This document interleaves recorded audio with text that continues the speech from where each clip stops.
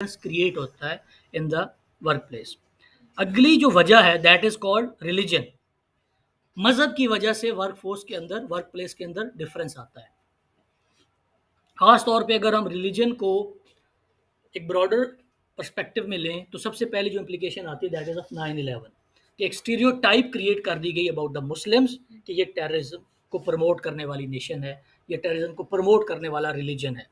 तो रिलीजन की वजह से मुसलमानों को एक डिफरेंट वर्क फोर्स के यूनिट के तौर पे देखना शुरू कर दिया गया। फिर एक सर्वे किया गया जिसमें उन्होंने कहा था, अमेरिका में एक सर्वे किया गया तो उन्होंने बताया कि जो 52% ऑफ मुस्लिम मेन हैं they are not respectful of women, कि खवातीन की इज्जत नहीं करते। अब ये क्यों आता है? इसीलिए कि एक स्टीरियोटाइपिंग क्रिएट कर दी गई मुसलमानों के बारे में। और एक सिविल राइट एक्ट है जिसकी वजह से प्रोहिबिट किया जाता है, रोका जाता है कि आप कोई भी डिस्क्रिमिनेशन नहीं करेंगे on the basis of religion. किसी के रिलीजन की वजह से कोई डिफरेंस आप पैदा नहीं करेंगे। और इसी तरह से इक्वल अपॉर्चुनिटी जो कमीशन है उसके अंदर सिर्फ एक साल में 3721 कंप्लेंट्स ऐसी फाइल की गई जिसमें ये शिकायत लगाई गई थी कि हमारे ऊपर जो डिस्क्रिमिनेशन की गई वर्क फोर्स के ऊपर काम करते हुए that was based on our religion.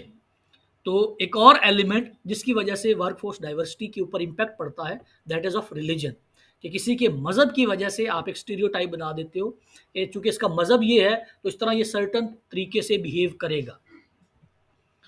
तो ये वाला जो एस्पेक्ट है इसको भी आपने इग्नोर करना है और इसको भी इम्ब्रेस करना है। इम्ब्रेस करने का मतलब ये है कि आपने इसको पॉजिटिवली लेना है कि जो रिलीजन है that is one of the factor जिसकी वजह से इंडिविजुअल्स का करेक्टर या उनकी जो सोच होती है, जो पर्सनैलिटी होती है, उसमें एक डिफरेंस ज़रूर क्रिएट होता है, लेकिन उसको एक फैक्टर ऑफ डिस्क्रिमिनेशन नहीं बनाना खुद भी, और अगर आपके साथ बनाया जाता है तो उसको डिस्करेज भी करना है। अच्छा जी, अब चूँकि जैसे मैंने शुरू की किसी क्लास में कहा था कि ये जो सारा कुछ हम पढ़ते हैं, ये किसी उसामा ने नहीं बनाया, किसी बर्की ने नहीं बनाया, किसी मेयो ने नहीं बनाया, तो ये बनाया गोरों ने। तो अब जो गोरे हैं, उनके जो मसाइल हैं वो थोड़े से हमसे फ़र्क हैं। अब वहाँ पे एक जो डिफ़रेंस क्रिएट किया जाता है, वो कहते हैं कि जो सेक्सुअल ओरिएंटेशन है ना किसी बंदे की, या जो जेंडर आइडेंटिटी है, इसकी वजह से भी अब हमारे यहाँ तो ये खैर इररेलेवेंट है, लेकिन उनके यहाँ ये बहुत ज़्यादा रेलेवेंट है। अब होता ये है कि जब कोई मुआशरा एज ए होल रिलीजन से दूर जाता है तो उसके अंदर मसाइल अजीब अजीब पैदा हो जाते हैं। अब वहाँ पे एक मसला है that is called gender identity. बड़ा अजीब लगेगा आपको सुनने में कि यूरोप और अमेरिका के अंदर मसला है जी, साइकोलॉजिस्ट के पास लोग जाते हैं कि मुझे जेंडर आइडेंटिटी का मसला है। ये मसला क्या होता है जी? मुझे कभी कभी लगता है, एक मर्द जाता है कहता है मुझे लगता है, कभी कभी लगता है कि मैं ना एक औरत हूँ, तो this is my gender identity. मैं क्या मुझे ऑपरेशन करा के औरत बन जाना चाहिए? तो this is called gender identity. अब कुछ लोगों के आपको लगेगा दिस इज अ डिसऑर्डर, ये साइकोलॉजिकल मसला है उसके अंदर। तो वहाँ पे ये नॉर्मल है, क्योंकि ज़ाहिर है जब मैंने कहा रिलीजन को आप साइड पे रख देंगे तो अब इंसान की जो अपनी इंटेलेक्ट है, अपनी जो अकल है, जब उसकी बुनियाद के ऊपर आप फैसले करेंगे तो इसके अंदर तो खनास बढ़ता जाएगा। इसके लिए आपको एक फाइनल रेवलेशन को मानना पड़ेगा, एक फाइनल वर्ड है जिससे हमने डायरेक्शन लेनी है। अगर वो साइड पे कर देंगे तो फिर जेंडर आइडेंटिटी आएगी कि मेरा दिल करता है कि मैं औरत बन जाऊँ, मेरा दिल। और इसके अंदर बकायदा अमेरिका में और कनाडा में डिग्रीज होती हैं जेंडर आइडेंटिटी, यूनिवर्सिटीज़ हैं जिनमें सिर्फ उन लोगों को दाखिला मिलता है जिनके साथ ये मसला होता है कि मेरे साथ जेंडर आइडेंटिटी का मसला है, तो मुझे अलग यूनिवर्सिटी बना के दी जाए, मैं वहाँ पढ़ूंगा। क्योंकि अगर मैं किसी नॉर्मल यूनिवर्सिटी में गया तो वहाँ पे लोग कहेंगे कि अच्छा ये तो अब नॉर्मल है, इसको तो यही नहीं पता कि ये मर्द है या औरत है। तो खैर हमारे लिए ये रेलिवेंट नहीं है, हमारे मुआशरे में ये मसला नहीं है कि हमें जेंडर जो आइडेंटिटी है उसका मसला हो या सेक्सुअल ओरिएंटेशन का मसला हो। ये वो मसाइल हैं जो तब पैदा होते हैं कि जब आप किसी फाइनल रेवलेशन को, फाइनल वर्ड को, फाइनल गाइडलाइन को, डिवाइन गाइडलाइन को नहीं मानते और अपने अकल को, अपनी समझ को, अपने शऊर को एक सोर्स ऑफ इंफॉर्मेशन समझ के, सोर्स ऑफ गाइडलाइन समझ के एक्ट करना शुरू कर देते हैं, बिहेव करना शुरू कर देते हैं। तो इंसानी शख्सियत तो मसख़ हो सकती है ना। इंसान की जो अ, खैर और शर की जो सफ़र की ये जो तक़सीम है, इसमें अगर आपका माइंड चलना शुरू कर दे शर की तरफ, तो आपको पता नहीं कहाँ से कहाँ ले जाएगा। तो एक जो डिफ़रेंस आता है वेस्ट के मुआशरे के अंदर, वो हमारे यहाँ नहीं आता, ख़ैर उनके यहाँ आता है कि किस बंदे की सेक्सुअल ओरिएंटेशन क्या है। एलजीबीटी उसको कहते हैं, ये बाकायदा मूवमेंट है वहाँ पे। और इसी को प्रमोट करने के लिए पाकिस्तान जैसे मुआशरे में भी वो कोशिश करते हैं कि इस तरह की चीज़ों के ऊपर पाकिस्तान में भी बात होनी चाहिए। जो कंज़र्वेटिव मुआशरे हैं, जो रिज़र्व मुआशरे हैं, उनके अंदर भी बात होनी चाहिए कि दिस इज़ नॉर्मल, ये होता है, ख़वातीन में भी हो सकता है, बंदों में भी हो सकता है। तो ये एक उनका मसला है। अच्छा, उसके बाद कुछ और टाइप्स हैं जिसकी वजह से डाइवर्सिटी क्रिएट होती है, लोगों का जो नुक्ता नज़र है, जो सोचने का तरीका है, उसमें फ़र्क आता है। सबसे पहले जी सोशो इकोनॉमिक बैकग्राउंड क्या है। जैसे हमने गोरमे की बात की थी कि उन्होंने डाइवर्सिफाइड एक सेगमेंट है जिसको फोकस किया हुआ है कि हमें इस तरह के लोग हैं जो कि अपने शॉप के अंदर एज एन एम्प्लॉय रखने हैं। तो socio economic, socio is from social और इकोनॉमिक कि किस तरह का फैमिली इनकम है, सोशल क्लास कौन सी है और इनकम ग्रुप कैसा है, इसकी वजह से भी फ़र्क आता है। फिर फंक्शनल एरिया और ऑर्गेनाइजेशनल जो यूनिट होता है, इसकी वजह से भी डिफरेंस आता है। मार्केटिंग वाले एक तरह से सोचते हैं, सेल्स वाले एक तरह से सोचते हैं, अकाउंटेंट्स एक तरह से सोचते हैं। तो अब उसका जो फंक्शनल एरिया, इसको फंक्शनल एरिया कहते हैं। Marketing is a functional area, procurement, sales, HR, finance, accounts, procurement, audit, ये सारे फंक्शनल एरियाज हैं। तो इन फंक्शनल एरियाज में जो लोग काम कर रहे होते हैं, क्योंकि वो उस फंक्शनल एरिया में काम कर रहे हैं, तो उनके बारे में ख़ास तरह की राय बन जाती है। वैसे this is partially true as well. क्यों? कि जो बंदा जिस तरह का काम करता है, उसकी शख्सियत के ऊपर उसकी रिफ्लेक्शन होती है। इंजीनियर्स के बारे में और जो ये कंप्यूटर साइंस के इंजीनियर्स होते हैं, इनके बारे में कहा जाता है कि ये अच्छे मैनेजर नहीं होते। क्यों? इनका होता है फेस टू स्क्रीन, इधर बंदा इधर स्क्रीन है। तो जो बंदा मुसलसल स्क्रीन के साथ काम करता है, वो ए प्रेस करता है, वहाँ ए लिखा आता है, वो बी प्रेस करता है, वहाँ बी लिखा आता है। वो फिर बंदों को भी वैसे ही ट्रीट करता है, वो कहता है मैंने कहा था ए, इसने ए क्यों नहीं कहा। तो जो इंजीनियर्स होते हैं, जो कंप्यूटर साइंटिस्ट होते हैं, normally they are not good managers. तो उसका इम्पैक्ट पड़ता है कि आपकी फील्ड क्या है।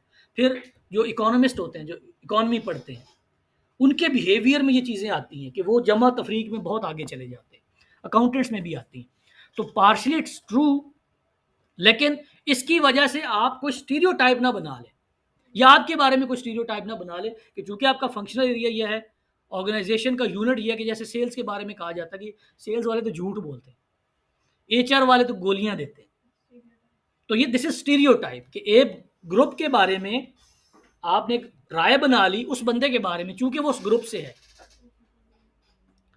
फिर फिजिकल अट्रैक्टिवनेस के कुछ एक होता है कि ये बड़ा हैंडसम है, स्मार्ट है, लॉन्ग है, टॉल है, तो इस वजह से कि उसके बारे में सिर्फ उसकी फिजिकल अपीयरेंस के बारे में आपने एक स्टीरियोटाइप करके एक डिस्क्रिमिनेशन बना ली, उसको एडवांटेज देने के लिए या डिसएडवांटेज देने के लिए।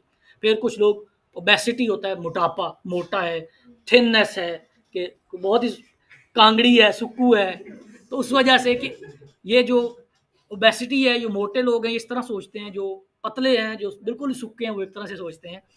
तो अब जैसे वो कहते हैं कि जो लंबे होते हैं इनकी अकल पाँव में होती है, टखनों में होती है।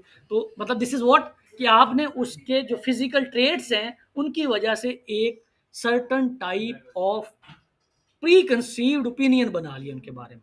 फिर जॉब सीनियरिटी के बारे में, अब ये दिस इज़ प्रैक्टिकली होता भी ऐसे ही है कि जी ये एज में या ऑर्गेनाइजेशन में जो स्ट्रक्चर है उसमें ऊपर है, तो उसकी वजह से उनको एक एडवांटेज मिल जाता है।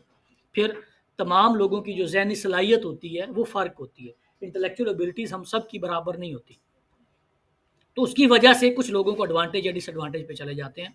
तो ये तमाम वो टाइप्स ऑफ डाइवर्सिटी हैं जिनका रियलाइजेशन होना आपको बहुत ज़रूरी है, और इनकी बुनियाद के ऊपर ना आपने डिस्क्रिमिनेशन करनी है ना अपने साथ होने देनी। इसको अंडरस्टैंड करें कि ये तमाम टाइप ऑफ डाइवर्सिटी है, ये नेचुरल है, ये सिवाय एक के बाकी all type of diversity is natural, ये होती है। क्योंकि याद है वो पहली क्लास वाला ताले वाली मिसाल कि ताले देखने में एक जैसे हैं, सारे ताले ही बैठे हैं, लेकिन हर ताले की चाबी डिफरेंट होती है। तो इन तमाम जो इख्तलाफ हैं, मुख्तलिफ नुक्ता नज़र हैं, इनको एम्ब्रेस करके, इनको एक्नॉलेज करके, इनको मान के, वो अंग्रेजी में कहते हैं ना, लेट्स एग्री टू डिसएग्री, कि आके इस बात पे एग्री कर जाते हैं कि हमारा डिसएग्रीमेंट है और आर्ग्यूमेंट खत्म करते हैं। उसके बाद अगला जो टॉपिक है वो है दैट इज कि हम चैलेंजेस क्या क्या होते हैं। जब भी डाइवर्सिटी को मैनेज करना होता है तो कुछ चैलेंजेस हैं जिनका सामना आपको करना पड़ेगा। Personal bias is a tendency or preference towards a particular perspective or ideology. हमारा जो पर्सनल बायस होता है, पर्सनल तासुब होता है, फेवरेबल और अनफेवरेबल टेंडेंसी होता है, हमारा रुझान किसी भी पर्टिकुलर पर्सपेक्टिव इज नुक्ता नज़र और आइडियोलॉजी एक नज़रिया, किसी भी नज़रिए के बारे में चूंकि हमारा एक पॉजिटिव या नेगेटिव बायस होता है, उस वजह से जो डाइवर्सिटी है इसको मैनेज करना मुश्किल होता है। मिसाल के तौर पे इस मुआशरे में जिसमें हम रहते हैं, हमारा एक पॉजिटिव बायस है टुवर्ड्स रिलीजन कि हम क्योंकि ज़्यादा यहाँ मुसलमान हैं तो हम फेवरेबली सोचते हैं अबाउट द मुस्लिम्स। और दूसरे जो रिलीजन्स हैं, जैसे हमने कहा कि पाकिस्तान में जितने भी जेनिटोरियल स्टाफ है, सफाई करने वाला अमला है, वो क्रिश्चियंस हैं। तो ये क्यों है? उलट भी हो सकता है ना, क्योंकि देखें, अगर ज़्यादा आबादी मुसलमानों की है तो तमाम जॉब्स के अंदर हिस्सा मुसलमानों का ज़्यादा होना चाहिए, सफाई वाले भी मुसलमान ज़्यादा होने चाहिए, लेकिन वहाँ नहीं है। तो इसका क्या मतलब है कि हमारा एक पर्सनल बायस है, ज़ाती तासुब है। ये फेवरेबल भी हो सकता है, पॉजिटिव भी हो सकता है और नेगेटिव भी हो सकता है। किसी की नफ़रत या मुखालफत में भी हम एक बायस बना सकते हैं। जैसे हम पाकिस्तान वाले इंडिया के ख़िलाफ़ रखते हैं या बांग्लादेश वाले हमारे खिलाफ रखते हैं। हम जैसे इंडिया को बुरा समझते हैं, बंगाली ऐसे ही हमें समझते हैं कि ये इन्होंने हमारे ऊपर कब्जा किए रखा है।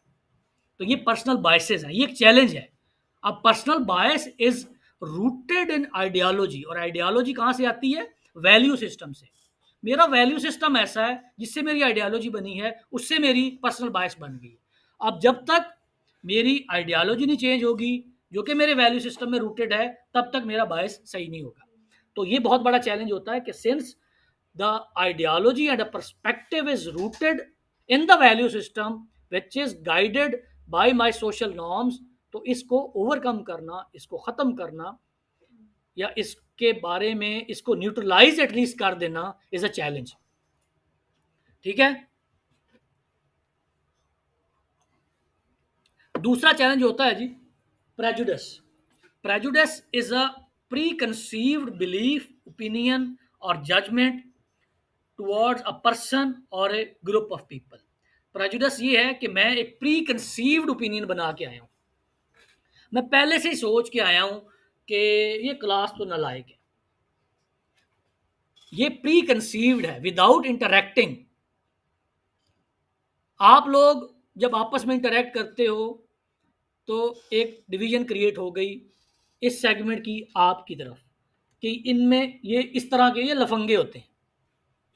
अब ये प्री कंसीव्ड है, सही भी है वैसे कुछ हद तक, तो प्री कंसीव्ड है कि ये इस एज में ख़ास तौर पे एक सर्टन तरीके से बिहेव करते हैं। और इधर भी होगा कि ये लोग एक सर्टन तरीके से बिहेव करते हैं। अब दिस इज प्री कंसीव्ड। हमने इंटरेक्शन से पहले ही एक ओपिनियन, एक judgement about a group of people बना लिया। This is called prejudice. उसके बाद है जी stereotyping. is a is judging a person based on a perception of a group to which that person belongs। इसमें और प्रेजुडिस में क्या फ़र्क है आप लोगों ने मुझे बताना है बाद में। स्टेरियोटाइपिंग ये होता है कि आपने एक ग्रुप के बारे में आपकी एक राय है और एक बंदा उसी ग्रुप से बिलोंग करता है तो आप उसके बारे में उसी तरह सोचेंगे, and this is based on a perception. Perception का वर्ड बहुत इंपॉर्टेंट है, परसेप्शन, इसमें important word is perception. Preconceived में इसमें परसेप्शन इज मोर इंपॉर्टेंट।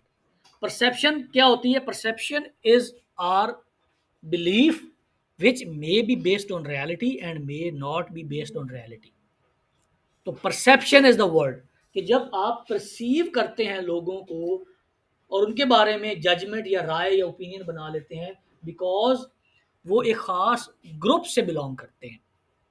जैसे 9/11 के बाद हर पठान लड़के को देख के दाढ़ी वाले को एक प्री कंसीव्ड बिलीफ आ जाता था कि ये कुछ खतरनाक काम है। तो क्या था दैट, और वो that was based on perception. बड़ा इंटरेस्टिंग किसी ने तबसरा किया था कि 20 साल में मीडिया ने, वेस्ट ने जोर लगा के एक परसेप्शन बनाई थी अबाउट अल्लाह अकबर, कि जहां पे अल्लाह अकबर होगा वहां से भागो, धमाका होने लगा है। और एक लड़की ने उस 20 साल की मेहनत का मलिया मेट कर दिया कि अब अल्लाह अकबर को रिलेट किया जाता है with courage, with persistence, with bravery. तो क्या था, इसका मतलब क्या है कि जो हमारी जो ओपिनियन थी, जो जजमेंट थी, that was based on perception. 20 साल हम एक चीज को सही समझते रहे कि कहीं पे अगर कोई बंदा जोर से अल्लाह अकबर का नारा लगाए तो भागो। अब 180 पे डिफरेंट हो गया है कि इसका मतलब है कि समवन इज रेजिस्टिंग, एक बहादुरी की अलामत बन गया। तो स्टीरियोटाइपिंग इज कि किसी ग्रुप के बारे में एक खास राय बना लेना और उस राय की बुनियाद पे किसी एक बंदे का करेक्टर जज करना, उसके बारे में ओपिनियन बनाना। और अगला जो चैलेंज है दैट इज डिस्क्रिमिनेशन, फर्क करना, तफरीक करना। When your personal bias, prejudice and stereotyping turn into a behavior that is discrimination। यहाँ पे आपने सोचा खास आइडियोलॉजी के बारे में, यहाँ पे आपने बिलीफ बनाया, ओपिनियन बनाया, जज किया ग्रुप ऑफ पीपल को, यहाँ पे भी आपने सोचा, परसेप्शन बनाई। ये तीनों चीजें सोच रहे हैं आप, दिस इज कॉल्ड एटीट्यूड। जब आप सोचते हैं किसी चीज के बारे में, this is your attitude. When the attitude is translated into a behaviour, this is called discrimination. Someone acts out of their prejudicial attitude towards people who are target of the prejudice। कि जब आप act करते हैं अपने prejudice behaviour की बुनियाद के ऊपर, तो दिस इज कॉल्ड डिस्क्रिमिनेशन। जब वो जो सोच है, जो आपका नजरिया है, वो एक्शन में आता है, आप उसके ऊपर एक्ट करते हो थ्रू योर बिहेवियर, तो उसको डिस्क्रिमिनेशन कहा जाता है। समझ आ गई चारों की? अब देखते हैं जी, जो डिस्क्रिमिनेशन है, जैसे पहले हमने कहा कि दिस इज योर बिहेवियर, तो कौन कौन सी फॉर्म्स होती हैं डिस्क्रिमिनेशन की? पहली फॉर्म होती है कि discriminatory policies and practices, action taken by the prospective representative of the organization that deny equal opportunity to perform or unequal reward for performance। कि जब किसी ऑर्गेनाइजेशन की ये पॉलिसी हो कि वहाँ पे किसी सेगमेंट को डिसएडवांटेज पे रखा गया है, डिनाई किए गए उसके राइट्स, और किसी को रिवॉर्ड किया गया है अनइक्वली, दोनों तरह से। एक साइड है कि आपने किसी का राइट डिनाई कर दिया बेस्ड ऑन द पॉलिसी, और दूसरी साइड पे किसी को अनइक्वल रिवॉर्ड दे दिया बेस्ड ऑन द पॉलिसी। तो क्या आपने, आपकी ऑर्गेनाइजेशन की पॉलिसीज ही ऐसी हैं जिसमें डिस्क्रिमिनेशन होती है। मिसाल के तौर पे जो कोटा सिस्टम होता है कि अखबार में इश्तिहार आया, इसमें इतने परसेंट कोटा रूरल का है, इतने परसेंट अर्बन का है, इतने परसेंट डिसेबल्ड का है। तो क्या कर रहे हैं, आपके ऑर्गेनाइजेशन की एचआर की पॉलिसी इस बात को इंश्योर कर रही है कि इतने इतने परसेंट लोग इनमें से आए, तो डिस्क्रिमिनेशन कर रहे हैं, और आप अपनी पॉलिसी की वजह से डिस्क्रिमिनेशन कर रहे हैं। फिर sexual harassment, unwanted sexual advances and other verbal और फिजिकल कंडक्ट। कि जब भी दो डिफरेंट जेंडर्स किसी भी ऑर्गेनाइजेशन में इंटरेक्ट कर रहे होंगे, ज़ाहिर है एक सुपीरियर होगा, एक उसका सबॉर्डिनेट होगा, तो superior always had an upper hand, जिसको वो एक्सप्लॉयट करके, मिस यूज करके सेक्सुअल हरासमेंट कर सकता है। This is also a discrimination. Intimidation, intimidation होता है कि बुली करना। बुली का उर्दू क्या होता है? फूलिंग करना, फूल बनाना, बुली करना, बेवकूफ़ बनाना, उसको स्पेसिफिक ग्रुप के बारे में थ्रेट करना। बुली का और उर्दू तर्जमा कुछ और बेहतर भी हो सकता है जी, मजाक उड़ाना, एग्जैक्टली मजाक उड़ाना, हूट करना, हुटिंग करना, हुटिंग। तो दिस इज इंटिमिडेशन, ये आल्सो दिस इज कॉल्ड, ये किसी इसको सूखा किसी ने नहीं कहना, ये इंटिमिडेशन होगी, आपने बुली नहीं करना किसी को। मॉकरी और इंसल्ट्स, मॉकरी होता है नकल उतारना, negative stereotypes joke sometime result of a joke taken too far, कि आपने एक मजाक बनाया और फिर उसको इतना रेपिटेटिव किया कि आपने उसकी इंसल्ट कर दी। मॉकरी इज मिमिक्री करना, कि कैसे ये बोलता है, कैसे ये चलता है, कैसे बिहेव करता है, तो उसकी नकल उतार के इंसल्ट करना, this is called mockery and insult, ये भी डिस्क्रिमिनेशन है। एक्सक्लूजन, कि आपने एक्सक्लूड कर दिया, एक्सक्लूड करना, निकालना। फिर वही एग्जाम्पल गोरमे वाली, कि लाहौर शहर से बाहर से रहने वालों को तरजीह दी जाएगी, तो आपने क्या लाहौर वालों को एक्सक्लूड कर दिया, तो दिस इज डिस्क्रिमिनेशन। आप क्यों एक्सक्लूड कर रहे हैं? सिर्फ ऑन द बेसिस ऑफ कि वो सर्टन सोशल बैकग्राउंड से हैं, तो इनको हमने नहीं डालना अपने एम्प्लॉयमेंट के उस साइकिल के अंदर। तो किसी भी सर्टन पीपल को जॉब अपॉर्चुनिटी से आप इस वजह से एक्सक्लूड नहीं कर सकते कि चूंकि वो एक ख़ास सोशो इकोनॉमिक बैकग्राउंड से ताल्लुक़ रखते हैं, तो इनके लिए ये अपॉर्चुनिटी अवेलेबल नहीं है, ये नहीं कर सकते। इन सिविलिटी, सिविल होना, सिविल जैसे सिविक सेंस होती है, सिविल होना इज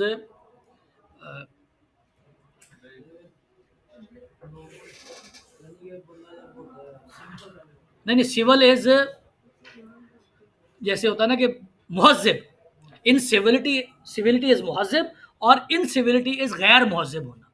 तो गैर मुहज़्ज़िब जो डिसरिस्पेक्टफुल ट्रीटमेंट है किसी का भी, अग्रेसिव मैनर के अंदर किसी बंदे की ओपिनियन को गैर मुहज़्ज़िब तरीके से डिक्लाइन कर देना, इग्नोर कर देना, इन सिविलिटी से, दिस इज आल्सो डिस्क्रिमिनेशन। तो ये वो वाली तमाम फॉर्म्स ऑफ डिस्क्रिमिनेशन है जब एक एटीट्यूड एक बिहेवियर के अंदर कन्वर्ट होता है, जब आपकी सोच, ओपिनियन, जजमेंट ट्रांसलेट होती है इनटू एन एक्शन। तो एटीट्यूड जब भी ट्रांसलेट होगा इनटू द एक्शन, वो उसको हम क्या कहेंगे, जैसे वो आपका बिहेवियर होगा। तो ये वाले तमाम वो बिहेवियर्स हैं जो कि ऑर्गेनाइजेशन के अंदर किए जाते हैं, जिनको डिस्क्रिमिनेशन कहा जाता है। तो इनमें से कोई काम आपने नहीं करना, और अगर आपके साथ होता है तो उसको एक डिस्क्रिमिनेशनरी एक्शन समझ के, एक्ट समझ के रिपोर्ट करना है। डिस्क्रिमिनेशन के बारे में एक बड़ा ही इंटरेस्टिंग कॉन्सेप्ट है, that is called glass ceiling. Ceiling होती है छत, और ग्लास शीशे की। शीशे की छत में होता ही है कि इनविजिबल होती है, मतलब आप यहाँ से देखेंगे छत तो होगी लेकिन आपको नज़र नहीं आ रही, आप उसके थ्रू देख सकते हैं। तो इसका मतलब है कि देयर इज़ अ बैरियर जो कि इनविजिबल है, ट्रांसपेरेंट है, जिसके थ्रू आप देख सकते हो। This is called glass ceiling, the invisible barrier that separates women and minorities from the top management. अब ये एक ग्लोबल फिनोमेना है। जैसे क्लास के शुरू में हमने बात की थी कि दो सेगमेंट्स हमारी सोसाइटी में ग्लोबली वो वनरेबल रहते हैं, वो रिस्क पे रहते हैं, वो ख़तरे में रहते हैं, एक ख़वातीन और दूसरे मिनॉरिटीज़।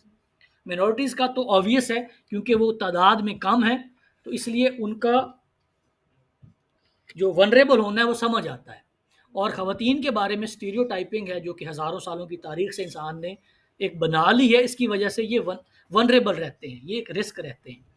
तो ग्लास सीलिंग का मतलब ये कि ऐसा एक इनविजिबल बैरियर है जो कि दरपेश होता है तमाम अकलियत के मेंबर्स को और तमाम ख़वातीन को, कि वो टॉप मैनेजमेंट पे नहीं पहुंच पाते। किसी भी ऑर्गेनाइजेशन की आप टॉप मैनेजमेंट की, मतलब अगर आप बिजनेस न्यूज़ को फॉलो करते हैं, ब्लूमबर्ग को देखते हैं जो टीवी चैनल है, तो जो भी कॉर्पोरेट मीटिंग हो रही होती है उसमें आपको कहीं कहीं 2-4 खवातीन नजर आएंगी, सारे बंदे बैठे होते हैं। क्यों? ग्लास सीलिंग कि टॉप मैनेजमेंट में, अब आपकी ऑर्गेनाइजेशन जहाँ पे आप बैठे हैं इसमें देखें टॉप मैनेजमेंट में कोई है खातून? शायद एक आध हो। तो एक इनविजिबल बैरियर जो कि इम्पोज किया गया है ड्यू टू द जेंडर, कि ये खवातीन हैं, इनके लिए इस लेवल से ऊपर जाना मुमकिन नहीं है। और दिस इज इनविजिबल, ये कोई रिटर्न नहीं है, कोई किसी ऑर्गेनाइजेशन की पॉलिसी का हिस्सा नहीं है कि हमने खवातीन को इससे ऊपर नहीं जाने देना। This is invisible. This is समझें कि एक नेगेटिव सोशल नॉर्म, कि सोशल नॉर्म है, अनरिटन है, हमारे बिहेवियर का, कंडक्ट का हिस्सा है, लेकिन लिखा हुआ कहीं नहीं है। अब पाकिस्तान को छोड़ें, अमेरिका का सर्वे है कि 15% of the US working women says that they have at some time felt passed over for a work promotion or opportunity because of their gender. 15% अमरीकी खवातीन के ख्याल में उनको ये अपने कैरियर में इस बात को एक्सपीरियंस करना पड़ा कि या तो उनको जॉब ही नहीं मिली या उनकी प्रमोशन नहीं की गई जस्ट बिकॉज कि उनका जेंडर डिफरेंट है। तो ये ग्लास सीलिंग है।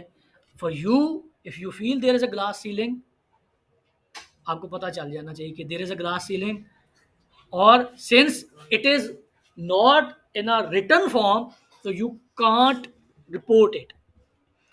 मतलब अगर आप किसी एम्प्लॉयमेंट रन का हिस्सा होती हैं और आपको जॉब नहीं मिलती, तो हाउ वुड यू प्रूव कि आपके साथ ग्लास सीलिंग हुई है? यू वुड नो कि हुई है, but you can't prove it. वो जैसे कहते हैं ना कि पाकिस्तान में करप्शन साबित नहीं होती, करप्शन सिर्फ एक्सपोज होती है, कि लोगों को पता लगे करप्शन हुई है, साबित करनी है नहीं हो सकती। तो glass ceiling can not be proved but you can expose it. तो आप लोगों से रिक्वेस्ट ये है कि with the passage of time, inclusivity की वजह से ये जो बैरियर्स हैं ड्यू टू द जेंडर, इनको आपने अपने वर्क प्रोफेशंस में, करियर्स में मिनिमाइज करना और कोशिश करनी है कि जो आपको एडवांटेज मिल गया जिसमें आपका कोई किरदार नहीं है, मेल पैदा हो जाने में आपका कोई किरदार है, तो आपका जेंडर जो है डिफाइन हो गया है, उसमें आपका कोई किरदार नहीं है, तो उसका कोई फ़ायदा भी आपने नहीं उठाना। और जो आपका अपोजिंग जेंडर है उसमें उसका कोई कसूर नहीं है। तो इसको इस तरह लेना है कि उनको इस बात का कसूरवार बनाना भी नहीं है, कोई चीज़ डिसएडवांटेज पे इस वजह से नहीं रख देनी कि ये चूंकि अपोजिंग जेंडर है।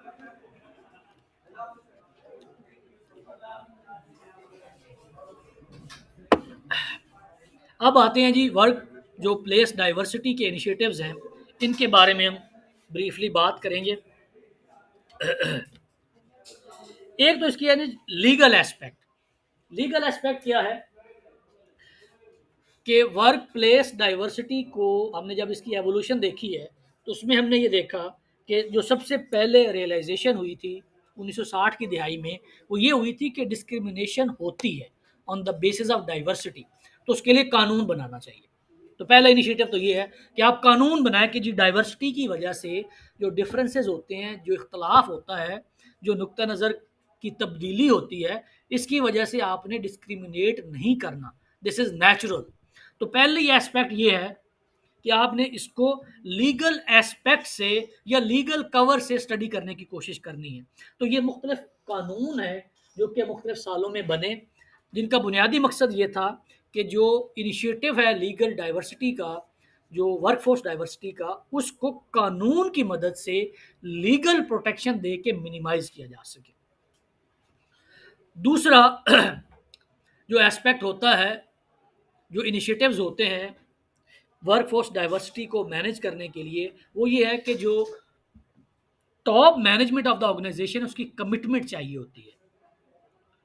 क्योंकि अगर जैसे कोक के केस में हमने देखा कि उनको एक साल में मिलियंस ऑफ डॉलर के लॉ सूट्स हुए, तो टॉप मैनेजमेंट की कमिटमेंट की वजह से within 13 years they were the second best organisation for negroes, और उनको एक्नॉलेज किया गया। तो ये किस तरह से अचीव हुआ? जस्ट बिकॉज के टॉप मैनेजमेंट ने इसको as a serious issue consider किया, रिकग्नाइज किया और फिर एक चीफ डाइवर्सिटी ऑफिसर अपॉइंट करके उसके जिम्मे ये लगाया कि तुमने इस मसले को हल करना है। और इसके लिए सबसे जो बेहतर काम हो सकता है that is called mentoring. Mentoring भी इसको कहते हैं। मेंटरिंग क्या होता है? समझाना। Mentoring a process whereby an experience organisational member, a mentor, provides advice and guidance to a less experience member जो होता है। इसको प्रोटीज भी कहते हैं। हम इसको प्रोटीज कहते हैं लेकिन ये फ्रेंच वर्ड है, ये वो इसको किसी और तरह से कहते हैं। तो लेस एक्सपीरियंस जो मेंबर ऑफ द ऑर्गेनाइजेशन है, जो प्रोटीज है, इसको कोई senior member of the organisation जो डाइवर्सिटी है इसके बारे में जब इसकी मेंटरिंग करता है उसको हम मेंटरिंग कहते हैं। फिर इसमें एक रिसर्च का मैंने हवाला दिया है।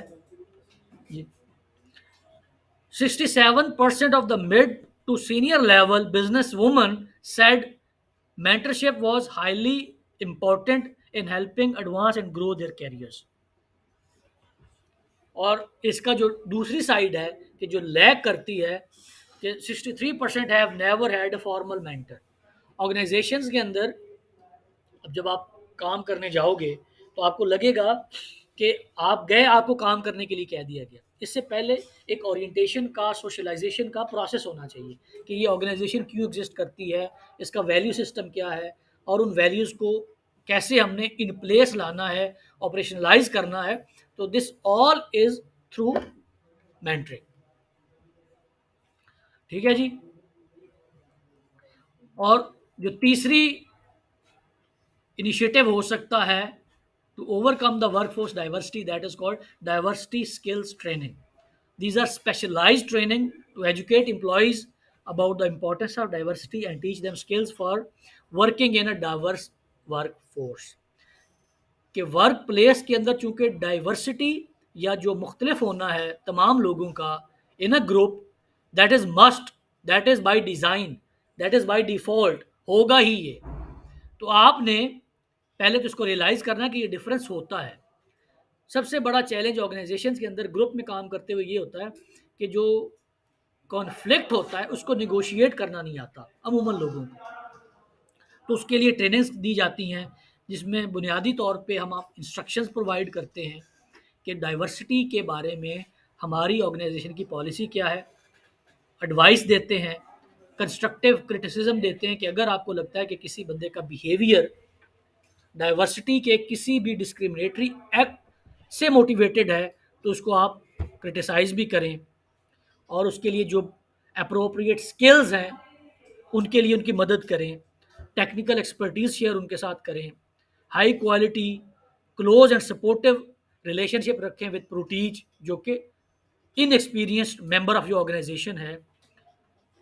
और सबसे इंपॉर्टेंट ये होता है कि जो लाइंस ऑफ कम्युनिकेशन है उनको ओपन रखें। सबसे बड़ा मसला ऑर्गेनाइजेशन के अंदर जो कम्युनिकेशन का गैप होता है उसकी वजह से आता है कि दो टीम्स या दो बंदों के दरमियान मसला सिर्फ इस वजह से एग्जिस्ट करता है कि दोनों ने बैठ के बात ही नहीं की। पर्सनल लाइफ में भी यही होता है कि आपके जितने भी मसाइल हैं जिसके साथ मसला उसके साथ बैठ के बात करो, हो सकता है सॉल्व हो जाए। तो जो कम्युनिकेशन का बैरियर है, जो गैप है, उसकी वजह से भी जो डाइवर्सिटी की ट्रेनिंग है वो बहुत ज़रूरी है। Know when to let go and let the protege provide what he और शी कैन डू। प्रोटीज वही बंदा जो कि लेस एक्सपीरियंस है। तो एक लाइन भी ड्रॉ करनी है कि जहाँ तक हमने लेट गो करना है, इसको छोड़ देना है, जितना आपने टॉलरेंस का लेवल रखना है फॉर द वर्कफोर्स डाइवर्सिटी।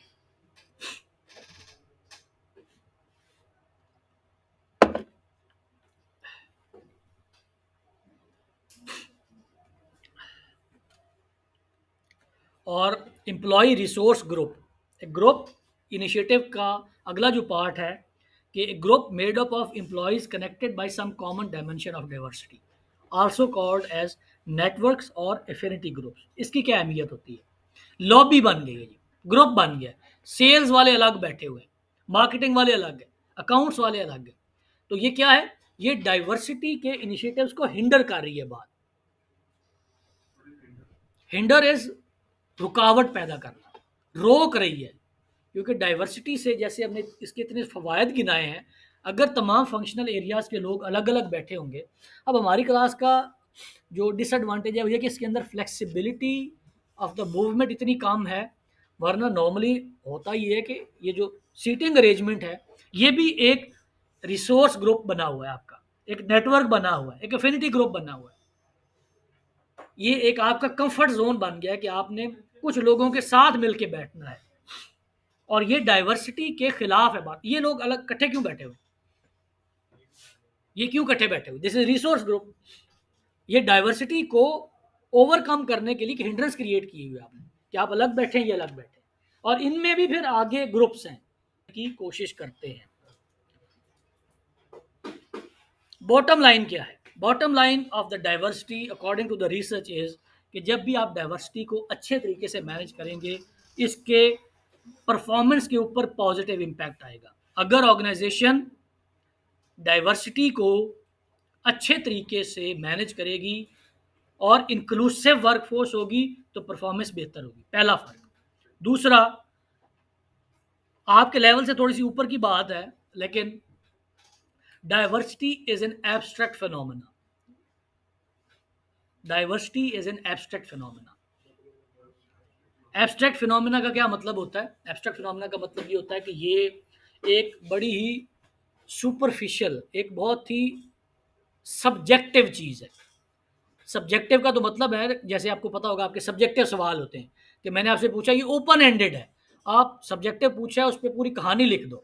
जबकि ऑब्जेक्टिव में क्या होता है कि ट्रू फॉल्स, एमसीक्यूज, एक सवाल है उसमें से 4 ही जवाब है जिनमें से एक सही है, ये ऑब्जेक्टिव है। इसके बिल्कुल दूसरे एक्सट्रीम पे होता है सब्जेक्टिव, जिसको एब्स्ट्रैक्ट कहा जाता है, कि एक चीज जिसकी कोई भी क्लियर डेफिनेशन ना हो, दिस इज एब्स्ट्रैक्ट।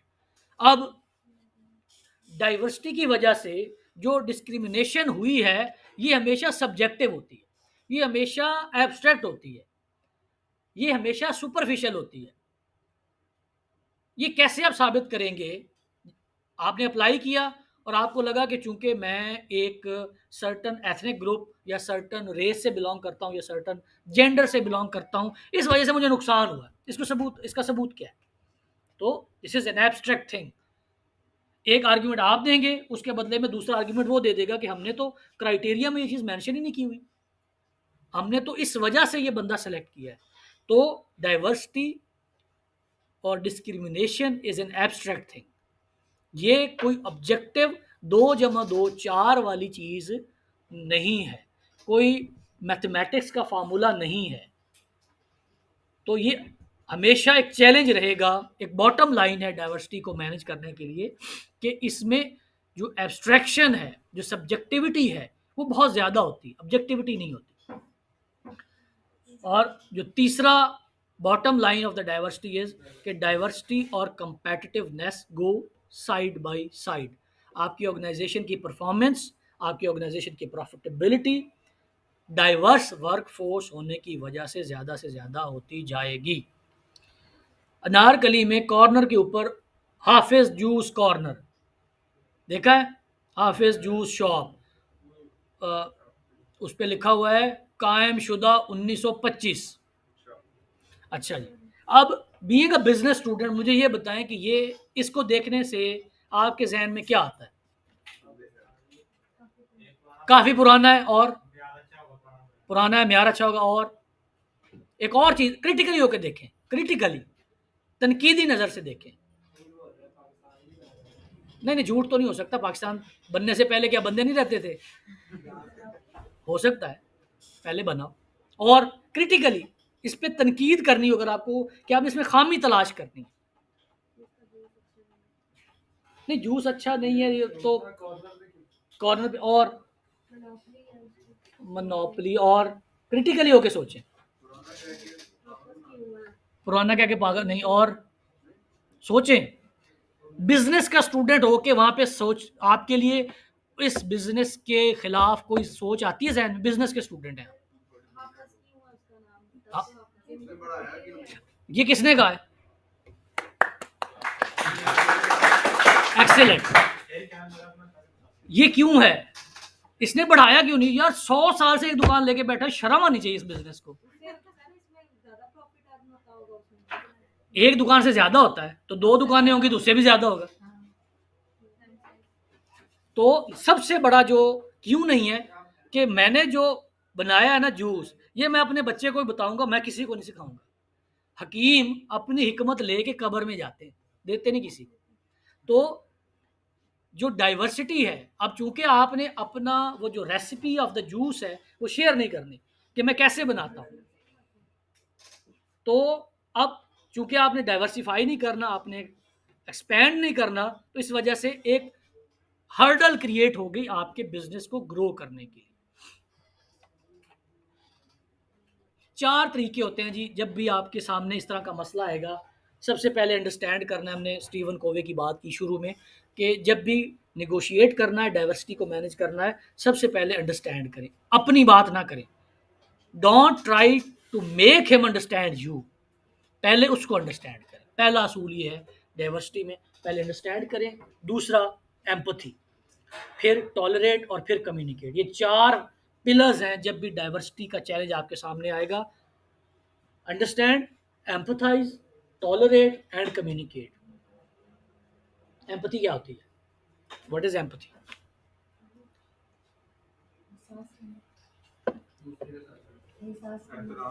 एम्पथी, वो एम्पथी नहीं, एम्पथी दूसरे की बात को इस तरह समझना, putting yourself on in his और हर शूज, अपना पाँव उसके पाँव में रख के सोचना, अपने आप को उसकी जगह पे रख के सोचना इज एम्पथी। हमदर्दी नहीं, पहले उसकी बात को समझना। हमदर्दी इज अ समथिंग जो कि एक आपकी तरफ से एहसान वाली फीलिंग जाती है। एहसान नहीं करना, जो वो कह रहा है उसको पहले समझें और ऐसे समझें कि उसकी जगह पे अगर आप होते तो इसको कैसे हैंडल करते। This is empathy. फिर टॉलरेट करना क्यों जरूरी है कि जब आपने अंडरस्टैंड कर लिया, उसकी जगह पे रख के खुद को सोचा, तो there would be by design difference, diversity होगी, तो आपको टॉलरेट करना होगा। आपको उसके जो मसाइल हैं, जो कमियां हैं, जो कोताहियां हैं, उनको एक्सेप्ट करके, एम्ब्रेस करके, कबूल करके टॉलरेट करना होगा, उसको स्पेस देनी होगी। और जो चौथी चीज़ है दैट इज़ कि आपने कम्युनिकेट करना है। जब भी डाइवर्सिटी के कल्चर के अंदर आप लोग ऑपरेट करेंगे तो बहुत अहम होगा कि आप कम्युनिकेट करें, क्योंकि बहुत सारे डाइवर्सिटी के जो मसाइल हैं उनका सलूशन इज़ कम्युनिकेशन। कि जब आप कम्युनिकेट करेंगे तो बहुत सारे आपके जो डाइवर्सिटी के मसाइल हैं वो न्यूट्रलाइज हो जाएंगे।